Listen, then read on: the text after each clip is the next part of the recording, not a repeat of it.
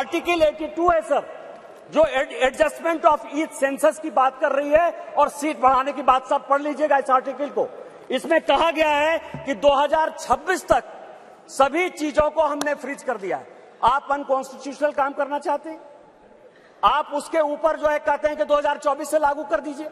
तुरंत supreme court में जाएगा और सुप्रीम कोर्ट में तुरंत वो स्टक डाउन हो जाएगा। क्या आप चाहते हैं कि महिलाओं को रिजर्वेशन नहीं दें? और जिस तरह से आप केवल राजनीति के माध्यम से इस महिला रिजर्वेशन को लॉलीपॉप बनाते रहे, घुमाते रहे, वही भारतीय जनता पार्टी करे। हमारे प्रधानमंत्री जी हैं जो कहते हैं कि जिसकी मैं शुरुआत करता हूं उसका अंत भी करता हूं। यदि ये महिला रिजर्वेशन यहां आया है तो महिलाओं को अधिकार मिलेगा, मिलकर रहेगा। दुनिया की कोई ताकत इसको नहीं रोक सकती है। लेकिन इनके यहां क्या दिक्कत है सर? इनके यहां सबसे बड़ी दिक्कत है, और अभी जितने स्पीकर बोलने वाले हैं सर, वो स्पीकर 2026 में ये आर्टिकल 82 पढ़िए, संविधान को जो है पढ़िए। जो संविधान में लिखा हुआ है कि सेंसस होगा, सेंसस के बाद डिलिमिटेशन होगा, और डिलिमिटेशन के बाद जो है हम उसको लागू करेंगे, और ये आर्टिकल 82 कह रहा है। लेकिन क्या समस्या है कि ये अपने जो 26 पार्टियों का एक जो घमंडिया गठबंधन बनाया है सर, इंडी अलायंस,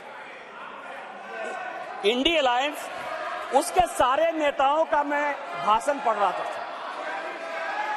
आज सोनिया जी जब बोल रही थी तो मुझे लग रहा था कि वो राजनीति से ऊपर उठकर बोलेंगी, क्योंकि वो अपोजिशन की आवाज थी। मैं उनका सम्मान करता हूं सर। इस महिला रिजर्वेशन के लिए जिन महिलाओं ने पार्लियामेंट के अंदर और पार्लियामेंट के बाहर सबसे ज्यादा आवाज उठाई, वो बंगाल की गीता मुखर्जी थी और भारतीय जनता पार्टी की सुषमा स्वराज थी। ये दोनों यदि नहीं रहती तो आज ये दिन भी देखने को नहीं मिलता। 33% यदि रिजर्वेशन लोकसभा और विधानसभा में यदि लागू होने वाला है और माननीय प्रधानमंत्री जी लेकर आए हैं इन दो महिलाओं का, लेकिन सोनिया जी ने अपने पूरे भाषण में न गीता मुखर्जी का जिक्र किया, न सुषमा स्वराज का जिक्र किया। यह किस तरह की राजनीति है? अपना क्रेडिट लेना चाहती हैं कि हमारा बिल है। ये बिल आपका नहीं है। आप जो बिल लेकर आए वो गलत बिल है, और यदि इसके लिए किसी ने आंदोलन किया तो वो गीता मुखर्जी है, वो सुषमा स्वराज है। आपने ये नहीं बोलकर इस महिला बिल में भी राजनीति करने की कोशिश की, और आज का पूरा क्रेडिट जो जीता वो सिकंदर, जो गोल मारता है, यहाँ बंगाल के लोग बैठे हुए हैं, जो गोल मारता है उसी के नाम से गोल मारा जाता है। माननीय प्रधानमंत्री जी गोल मारने को तैयार हैं। ये भारतीय जनता पार्टी का बिल है और ये माननीय प्रधानमंत्री जी का बिल है, आपको ये मानना पड़ेगा। दूसरा सवाल है कि इनके जो अपोजिशन के लोग हैं सर, जो 26 पार्टियों का इंडी गठबंधन बना है, इसमें आप समझिए इनकी भावना कैसे है, महिलाओं के बारे में ये कैसा सोचते हैं। ये सोचते हैं, अब नहीं रहे, इसी सदन के सदस्य थे, राज्यसभा के भी सदस्य थे, इनके पार्टी के बड़े नेता थे अपोजिशन के, वो कहते हैं कि परकटी महिलाएं आ जाएंगी। क्या महिलाओं के लिए इस तरह की बातें होनी चाहिए? दूसरी बात जो है, ये दूसरे नेता जो है 2011 में